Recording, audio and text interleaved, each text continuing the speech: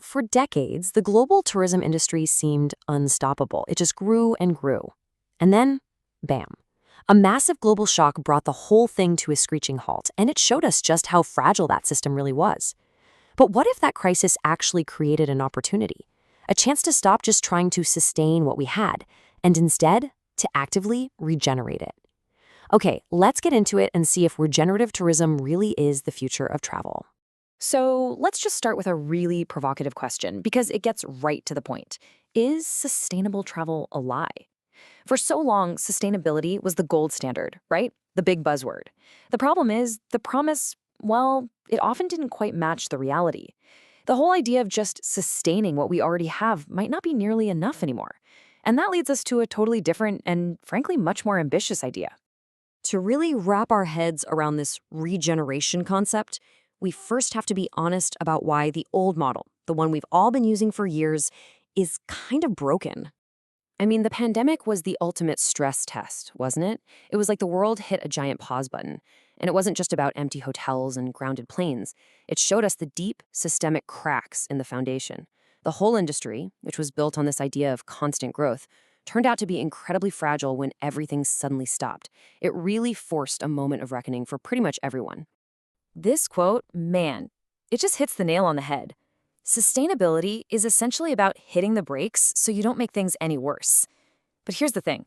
What if things are already pretty bad? Just maintaining a damaged system isn't progress. It's just staying put in a bad situation. Let's break this down even more, because the difference is really all about the mindset. Sustainable means to keep things going, right? The goal is to do less harm. But regenerative? That's a totally different ballgame. It means to actively bring things back to life, to rebuild, to improve. We're not talking about a smaller footprint anymore. We're talking about leaving a positive handprint. And here's the problem when you have a kind of vague goal like sustainability. It just swings the door wide open for greenwashing. We've all seen it, right? A company spends a fortune telling you how green they are, but not so much on, actually being green. And that didn't just fail the planet. It made all of us cynical. It completely eroded our trust as travelers. So if the old model is broken, where do we find a new one? Well, get this. The answer might not be in the tourism industry at all. An entirely different field, farming, might just hold the secret to healing it. Yeah, the idea of regeneration isn't some new agey term someone just made up. It's a concept that's been borrowed directly from natural science. And it's been a huge deal in the world of agriculture for decades. Farmers have been working on this for a long time, and there's a ton we can learn from them. So what exactly is regenerative agriculture? Well, think of it as a way of farming that doesn't just take from the land, it actually gives back. It's all about mimicking how nature works to rebuild the soil, to bring back more plants and animals, and to make the entire ecosystem healthier and stronger. You're not just growing food, you're growing a healthy environment. If you want the absolute perfect metaphor for this, just think of a forest. A forest is the ultimate regenerative system. Nothing is wasted. Everything that dies just breaks down and becomes food for new life. It's this beautiful, self-correcting loop that's constantly improving itself without any help from us. And nature regenerates in these amazing stages. First, these tough little weedy plants show up and basically get the soil ready. Then you get faster-growing trees that create a temporary roof. And finally, the slow, strong hardwoods come in and build a mature, stable forest. It's this long, patient, but incredibly powerful process of renewal. Okay, so that's all great for a forest, but how do we apply that logic to an airport or a resort? Let's bring this whole analogy back to tourism. The challenge is to shift the fundamental relationship between a traveler and a place, from something parasitic to something truly symbiotic. I mean, we gotta be honest. For a long, long time, tourism has basically been an extractive industry. It takes value from the local environment, from the culture, from the community's resources, and a lot of the time it doesn't leave much in return. That's the core problem we need to fix. This biological analogy just makes it so clear. On one hand, you've got parasitic tourism, which just takes and takes, eventually weakening its host. But on the other hand, you have symbiotic or regenerative tourism, and that's a total win-win. It's a relationship where the traveler, the local community, and the environment all end up better off. This all sounds fantastic in theory, right? But tourism is a massive, complicated, global machine. So for this last section, let's get practical. How could a transformation like this actually happen? First, we have to admit that tourism isn't a simple factory line. It's what researchers call a partially industrialized system, which is just a fancy way of saying it's a messy, tangled web of giant corporations, small family businesses, local communities, and ecosystems. So a simple one-size-fits-all solution is never going to work.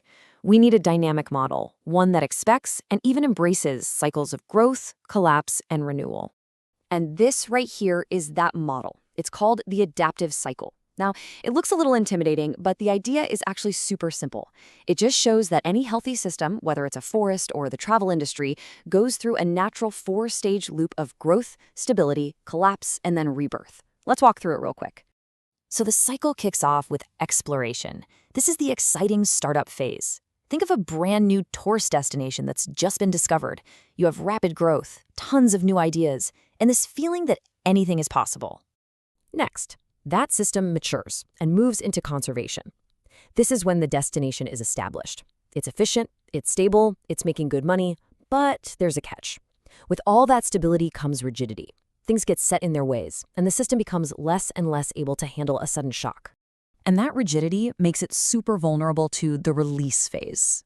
This is when a massive shock, like, say, a global pandemic, hits the system. The old stiff structure just shatters. Now, this phase is chaotic and often really painful, but it's absolutely crucial because it unlocks all the resources, money, and creativity that were trapped in the old system.